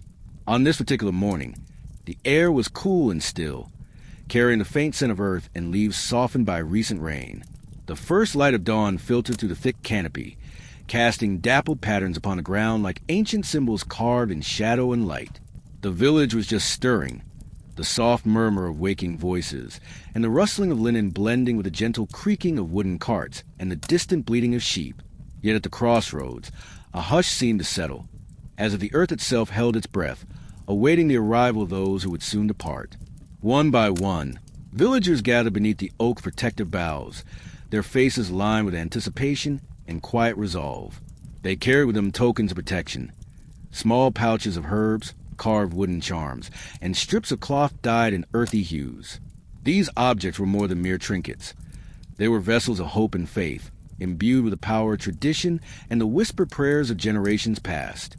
Each traveler came seeking the blessings of the crossroads, hoping to fortify themselves against the unknown trials of the journey. The ritual began with the lighting of a small fire in a shallow stone hearth placed carefully at the tree's base. The flames flickered gently, sending tendrils of smoke curling upward into the cool morning air, carrying with them the scent of burning sage, juniper, and cedar, herbs chosen for their purifying qualities and their ability to ward off evil spirits. The villagers circled the fire, their hands joined in a steady clasp, creating a chain of connection and shared intent. As the smoke spiraled skyward, the village elder stepped forward, his voice low and steady as he began an ancient chant. The words were old and unfamiliar to many of those gathered, spoken in the rhythm of the land itself, slow and deliberate, rising and falling like the breath of the earth. The chant spoke of protection and guidance, of safe passage and steady feet, calling upon the spirits of the crossroads to watch over those who would soon pass beneath the oak shade. Each traveler approached the fire in turn, pausing to dip their fingers into the embers, feeling the warmth ripple through their skin. With a slow, careful motion, they then traced a symbol upon their foreheads, a simple cross or a looping knot, marks believed to bind the spirit and shield it from harm. The symbols were as much a declaration of courage as they were a plea for safety, an outward sign of the inner strength summoned before setting out. Next came the sprinkling of water drawn earlier from a village well, the clear liquid glistening as it caught the sunlight. The elder used a small sprig of rosemary, dipping it into the water before flicking droplets gently upon each traveler's shoulders. This act was a blessing of renewal, a reminder that no matter how far they roamed, they carried the essence of their home within them. The water was said to wash away doubt and fear, replacing it with clarity and resolve. The villagers then shared words of encouragement, their voices soft but heartfelt. Mothers whispered blessings to their children. Fathers pressed quiet kisses to foreheads. Friends clasped hands tightly, eyes locked in unspoken promises of reunion. The crossroads became a place where hearts intertwined, where the fragile balance between departure and hope was held tenderly. Among those gathered was a young woman named Alara, her eyes bright with determination but shadowed by the uncertainty of what lay beyond the village boundaries. She clutched a small pouch of herbs tied with a faded ribbon, a gift from a healer, and felt the rough texture of a wooden charm carved by the blacksmith nestled in her palm. As she stepped forward to the fire, Ilara's breath caught in her throat, but the warmth of the flames and the steady rhythm of the chant steadied her spirit. Tracing the symbol upon her forehead, she felt a quiet strength bloom within her, as if the ritual itself had woven a shield around her heart. The sprinkling of water cooled her flushed skin, and with each whispered blessing, the weight of fear lifted just a little more. In that moment, beneath the ancient oak, Ilara was no longer simply a traveler stepping into the unknown. She was a bearer of her village's hopes, wrapped in the collective courage and care that bound them all. As the ceremony drew to a close, the fire's glow softened, the smoke dissolving into the morning light, and the villagers began to disperse slowly. Travelers turned their faces toward the winding paths that stretched beyond the crossroads, their steps lighter now, their hearts steadied by the sacred rite. The oak tree stood silent sentinel, its leaves rustling softly as if whispering farewell and blessing, holding fast the secrets and prayers carried on the breeze. And so the crossroads remained, a place where the strange and beautiful rituals of departure intertwined with the earth and sky, where every journey began not just with step, but with a weaving of faith, protection, and the unspoken promise that home would always be waiting beyond the horizon. The village gates, made of heavy oak beams bound by iron bands, stood as the last barrier between the familiar safety of home and the vast uncertainty of the world beyond. Their rough surfaces bore the scars of countless seasons, whether by wind, rain, and the steady passage of feet, horse hooves, and cartwheels. The gates were more than mere wood and metal. They were a symbol, a threshold marked by centuries of hopes, fears, and dreams woven together through ritual and tradition. Before stepping beyond these gates, travelers knew that a final and deeply sacred rite awaited them, a ritual that touched the very core of their being and prepared them to face whatever lay beyond. On this morning, the village hummed with quiet anticipation. The sun had risen higher, casting warm golds and gentle shadows across the cobblestones and thatched rooftops. Birds sang softly from the branches of nearby trees, their melodies threading to the fresh air, carrying whispers of blessing and farewell. Villagers moved with reverence, their faces serene yet touched with the gravity of what was to come. Among them were those preparing to depart, carrying bundles wrapped carefully in cloth, pouches of herbs and talismans forged and blessed through the strange rituals of their home. As the travelers gathered near the gates, the village priest stepped forward, clad in simple robes dyed with earthy pigments. His presence was calm and steady, a bridge between the seen world and the unseen forces believed to watch over every journey. In his hands, he carried a small bowl filled with holy water, drawn from the sacred spring deep within the forest, where light filtered softly through ancient trees, and the air was thick with the scent of moss and wildflowers. The water was said to carry the blessing of the earth itself, imbued with the power to cleanse and protect. The priest moved slowly among the travelers, dipping his fingers into the cool liquid and flicking droplets lightly upon each face and hand. The water glistened in the sunlight as it traced delicate paths down their skin, leaving behind a feeling of calm and renewal. For many, this simple touch was enough to quiet the racing heart and steady the trembling hands. It was as if the water carried the whispered prayers of generations, enfolding the travelers in protective embrace that spanned time and space. Next, the priest took a small bundle of burning herbs, sage, rosemary, and juniper, held carefully in a clay dish. The fragrant smoke curled and twisted upward, filling the air with an earthy, calming scent. One by one, the travelers passed through the smoke, allowing it to drift over their heads and shoulders, weaving an invisible shield of purity and protection. The smoke was believed to drive away malevolent spirits and negative thoughts, leaving behind only strength and clarity. With solemn words, the priest offered final blessing, his voice low and melodic, the cadence echoing softly against the sturdy gates. His words spoke of safe passage, steadfast courage, and the hope that every journey would end in reunion. As he spoke, the villagers bowed their heads, their breaths steady and slow, the weight of their collective faith settling over them like a soft, comforting cloak. One traveler, a young man named Tomas, stood at the forefront, clutching a small wooden cross carved by the village carpenter and blessed by the healer. His eyes were bright with determination, but shadowed by the unknown. As the priest sprinkled water upon him and led him to the fragrant smoke, Tomas felt a deep calm wash over his spirit, a quiet assurance that he was not alone, that the village's strength traveled with him, woven into the very air he breathed. The gates themselves seemed to respond to the ritual, their heavy timbers warm beneath the touch, as if infused with the prayers and blessings spoken that morning. As the last traveler stepped beyond the threshold, the gates swung slowly closed, the soft creak of iron hinges marking the moment when home and journey became separate paths. Behind the gates, the village resumed its rhythm. Children's laughter, the clatter of tools, the murmur of voices, while beyond them, the road stretched onward, winding through fields, forests, and hills, beckoning with the promise of adventure and challenge. The strange rituals performed before leaving home were more than simple customs. They were threads in an unbroken chain of protection, love, and hope that held the travelers steady in the face of uncertainty. And so, as Tomas and the others set forth beneath the open sky, the memory of the village gates and the sacred rites performed there remained a quiet beacon in their hearts, a reminder that no matter how far the road might lead, the strange, sacred rituals of home would always be there, guarding their steps and lighting their way.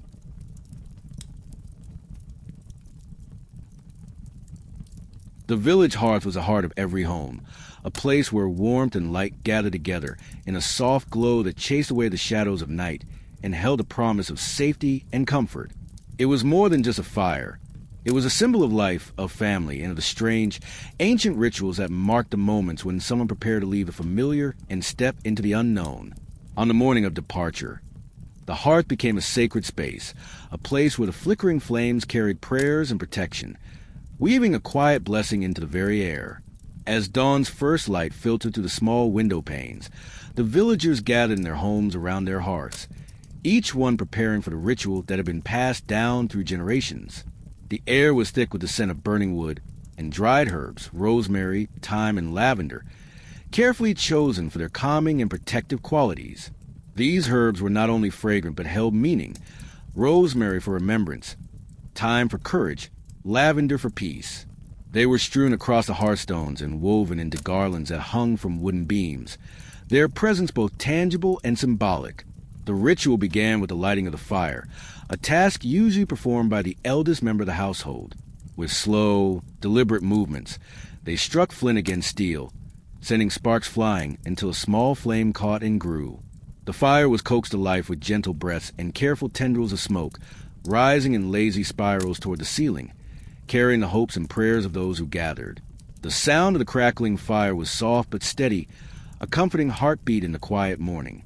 Around the hearth, the family formed a circle, hands joined in a gentle clasp. They began to chant softly, their voices rising and falling in a rhythmic lullaby that seemed to echo the very pulse of the earth. The words were old and familiar, woven with meaning and love, speaking of protection, safe travels, and the unbreakable bond of home. As the chant filled the room, the fire's light danced on their faces, casting warm shadows that flickered like whispers of ancestors watching over them. Each traveler was given a small bundle of ashes from the hearth, collected with reverence and care. These ashes were not mere residue of burned wood. They were sacred, believed to carry the essence of home's warmth and protection. The travelers carried the ashes with them, often sprinkled into their clothing or belongings as a talisman to guard against cold nights, danger, and loneliness. The ritual extended beyond the fire's warmth. Each person touched the hearthstone, feeling its cool, rough surface beneath their fingers, a grounding reminder of the earth's steadfastness. It was said that the hearthstone held a memory of every fire that had ever burned, every meal shared, every whispered prayer. By touching it, the travelers connected themselves to the long line of those who had come before, drawing strength from their courage and hope. In some homes, the ritual included the passing of a small piece of burning wood or charcoal from the hearth fire to the traveler. This glowing ember was carefully wrapped in cloth to carry its warmth safely, a symbol of the home's light and life traveling with the journeyer. It was believed that as long as this ember glowed within their pack, the traveler would never be truly alone, even in the darkest forests or loneliest roads. As the ritual drew to a close, the family would share a final meal, simple but meaningful: bread broken with hands, thickened broth warmed by the fire, sweet honey from the village hives. The meal was both sustenance and farewell, binding those who stayed and those who left with shared sense of belonging and hope. The hearth ritual was a balm to the soul, a gentle weaving of love and protection that prepared travelers not only physically but spiritually for the journey ahead. It was a reminder that no matter how far one might roam, the warmth of home and the strength of family would always be a refuge, a guiding light through the darkest nights.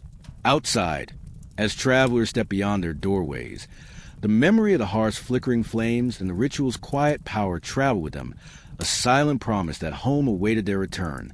The strange, sacred rites were formed before leaving were threads in a tapestry of life, binding past and future, departure and reunion, in an eternal embrace that whispered softly to the weary soul, "You are never truly alone."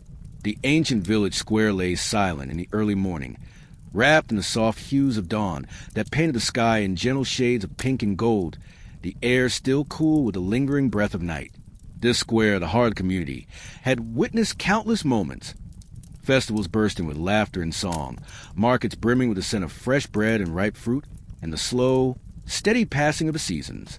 But on this particular morning, it held a quieter, more solemn energy, a sense of anticipation woven into the very stones that paved its surface.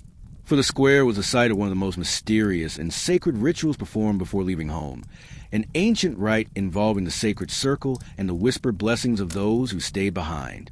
The villagers gathered quietly in the square, their footsteps soft against the worn cobblestones, their faces a mixture of hope, trepidation, and silent farewell. They came dressed in their simple but carefully prepared clothes, the colors muted but rich with meaning, earthy browns, deep greens, and soft grays that blended seamlessly with the natural world around them. In their hands, many carried small tokens, woven ribbons embroidered with protective symbols, bundles of dried herbs tied with twine, and wooden amulets carved with intricate patterns that seemed to pulse with ancient power. Each object was a tangible link between the traveler and their home, a vessel of love and protection meant to accompany them through unknown paths and unforeseen trials. At the center of the square, a large circle was drawn in the earth, its edges marked with white chalk dust and small piles of crushed stones gathered from the riverbed nearby. The circle was more than just a geometric shape. It was a sacred boundary, a liminal space where the physical and spiritual worlds met, where the known and unknown intertwined in delicate balance. Within this circle, the villagers would perform a ritual that had been handed down through generations, a ceremony designed to shield travelers with the power of community and the blessings of the land. As the sun rose higher, casting long shadows that stretched like fingers across the square, the village elder stepped forward to lead the ritual. His robes were simple but adorned with symbols of the village's heritage, embroidered vines, stars, and knots that told stories of protection, strength, and the enduring spirit of home. His voice, when he spoke, was low and steady, carrying the weight of countless years and the calm authority of one who had witnessed many comings and goings. The elder began by inviting everyone to join hands, forming a circle that encircled the sacred space. The clasp of fingers was firm but gentle, a physical reminder of the bonds that tied them together, no matter the distance that might separate them. The villagers closed their eyes, their breathing slowing and deepening as they tuned into the shared energy that pulsed through the circle, a quiet hum of connection and hope. In the center of the circle, a small fire was lit within a stone brazier, the flames flickering softly as tendrils of smoke rose lazily into morning air. The fire was a living symbol of warmth, light, and life, a beacon that represented the home waiting patiently for the traveler's return. Around the brazier, the elder placed carefully chosen herbs, sage for purification, lavender for peace, and cedar for strength, each one releasing its fragrant essence, weaving a tapestry of scent that wrapped around the circle like a protective cloak. With the fire burning steadily, the elder began to chant, his voice rising and falling in a slow, melodic rhythm that seemed to echo the heartbeat of the earth itself. The words were ancient and sacred, spoken in a tongue that was at once foreign and deeply familiar, a language woven from the breath of the wind, the rustle of leaves, and the murmur of rivers. The chant called upon the spirits of the land, the ancestors who watched from beyond, and the unseen guardians who walked beside each traveler on their journey. As the chant continued, the villagers began to sway gently, their bodies moving in harmony with the rhythm, their voices joining the elders in a soft, collective prayer. The circle seemed to pulse with energy, a living, breathing entity that held the hopes, fears, and dreams of the entire community. It was a moment suspended in time, where the boundary between the physical and spiritual blurred, and the power of shared faith and love was made tangible. One by one, the travelers stepped into the circle, their faces serene but etched with the quiet tension of what lay ahead. They knelt before the elder, who reached into a small pouch and pulled out handfuls of salt, sprinkling it over each traveler's head and shoulders. The salt was more than seasoning. It was a purifier, a protector against evil eyes and dark intentions. As the grains fell like soft rain, the travelers closed their eyes, feeling the ancient magic settle upon them like a shield.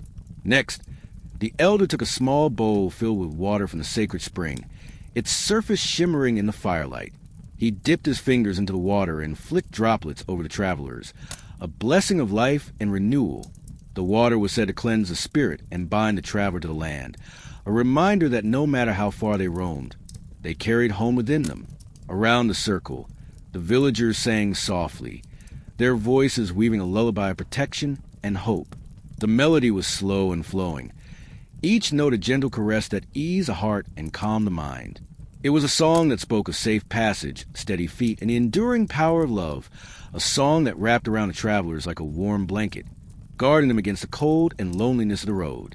As the ritual drew to its close, the elder presented each traveler with a small bundle of herbs tied with a ribbon, a talisman to carry through the journey.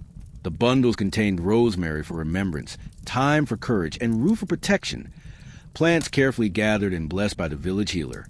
These herbs were not only practical but deeply symbolic, carrying the essence of the village's spirit and the strength of its people. With a final blessing, the elder released the travelers in the circle, their faces now softened by the calm assurance that they were not alone. The villagers slowly unclasped their hands, the circle dissolving but the bonds remaining, invisible threads of love and protection stretching across the miles to follow the travelers wherever they went. As the travelers stepped beyond the sacred circle, the village square returned to its quiet rhythm. The birds resumed their songs, the breeze whispered through the trees, and the sun climbed higher in the sky. But the memory of the ritual lingered, a gentle warmth in the hearts of all who had taken part. A reminder that no journey began without the strange and beautiful rites that bound them to home, to each other, and to the enduring spirit of community. In the days and weeks to come, as the travelers faced the challenges and wonders of the road, they would carry with them the sacred circle's blessings, an invisible shield woven from ancient words, fragrant herbs, and the steady hands of those who loved them. And though the distance between them and their village might grow, the ritual's power would hold fast, a quiet promise that home was never truly far away. The final ritual before leaving home was the most intimate and profound of all, a quiet ceremony held at the threshold of the traveler's own doorstep, where the known world gently yielded to the unknown beyond. It was here, in this liminal space between safety and adventure, that families and loved ones gathered to weave their blessings, hopes, and protections around the one about it apart, a sacred act that lingered long after footsteps faded down winding roads and distant paths.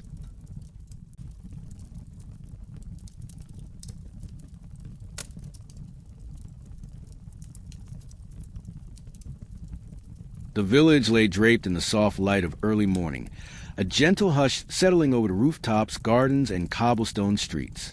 A faint mist curled lazily through the narrow lanes, dampening the sound of footsteps and wrapping the world in a gentle, almost otherworldly quiet. Birds stirred in the trees overhead, their songs tentative, as if they too were mindful of the solemnity of the moment. At a small cottage near the edge of the village, the door stood open wide, framed by weathered timbers streaked with moss and age. The air smelled faintly of burning herbs and fresh bread, rosemary, lavender, and thyme, placed carefully by hands that trembled not from fear, but from the weight of love. Inside, the hearth's last glowing embers flickered gently, casting dancing shadows on walls hung with tapestries and hand-carved wooden symbols, each one a silent prayer of protection. Gathered there were family members, mothers, fathers, children, grandparents, their faces soft with both pride and quiet sorrow. They spoke in whispers, voices low and steady, weaving words that carried the strength of generations. Their eyes lingered on the traveler, a young woman named Alara, whose hands trembled slightly as she wrapped herself in a shawl embroidered with protective symbols. Stars, winding rivers and ancient knots, each stitch sewn with a hope of safe passage. The ritual began with the blessing of the threshold itself. The family elder, a woman with silver hair and steady hands, dipped her fingers in a small bowl of water drawn from the village's sacred spring. With slow, deliberate movements, she traced symbols along the doorframe, loops and spirals, crosses and lines, marks that had been drawn here countless times before, each one a shield against misfortune and a key to safe return. The water glistened as it caught the early light, a tangible sign of the blessing offered to both the home and the journey.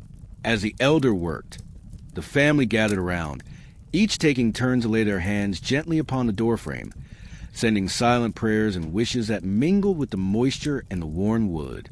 The threshold was more than just the entrance to a house. It was a sacred boundary, a place where the traveler paused not only in body but in spirit, a crossing point where the past, present, and future converged. Next came the passing of the fire. From the hearth's dying embers, a small flame was coaxed alive in a clay lantern, its golden light soft and steady. The traveler held the lantern close, feeling its warmth seep into her fingers and spread like a quiet promise through her chest. This light was a fragment of home's heart, a beacon against the darkness of the unknown, meant to guide her steps and keep loneliness at bay. The family watched as she cradled the flame, a symbol of love's endurance carried across miles and memories. The soft murmur of whispered blessings filled the air. Mothers kissed foreheads, hands brushed cheeks, and eyes met with unspoken assurance. Words were spoken in low tones, prayers for courage, patience, and steady feet. Ancient words that felt like a lullaby, woven with tenderness and timeless hope. The ritual was slow and deliberate. Each moment weighted with meaning, as if time itself had slowed to honor the fragile balance between farewell and reunion. Ilera was then wrapped in her protective shawl, the fabric heavy with the care and faith of those who had crafted it. As the cloth settled around her shoulders, she felt a warmth that was not just from the wool, but from the love stitched deep into every thread. This cloak was a mantle of courage and shelter, a guardian woven by the hands of family and ancestors, wrapping her in a shield stronger than any armor. A small basket was handed to her, filled with items for the journey. A loaf of bread baked that morning, still warm and fragrant. A flask of clear spring water, cool and life-giving. A bundle of herbs tied with faded ribbon, and a small wooden charm carved with the symbol of the village oak. Each item was more than practical.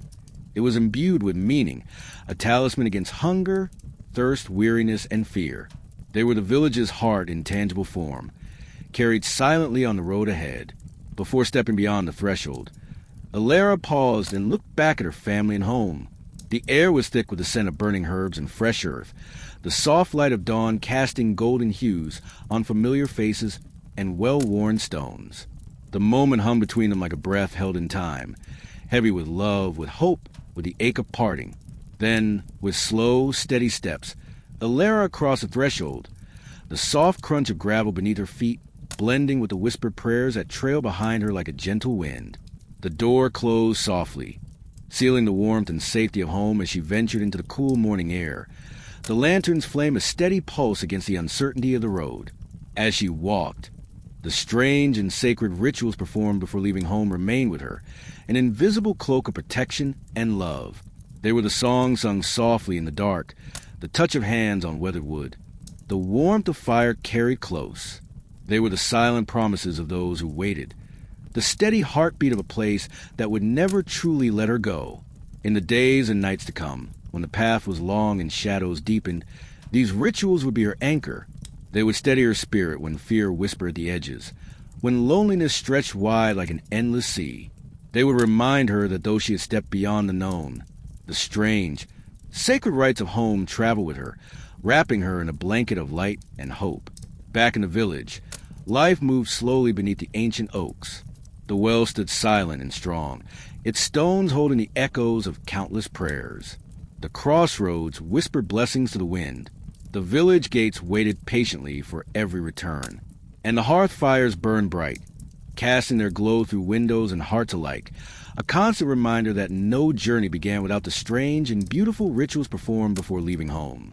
Thus, the cycle continued, a tapestry of departure and reunion, loss and hope, woven through time by the hands of those who understood that leaving was never just a step away, but a sacred passage touched by love, faith, and the quiet power of ritual.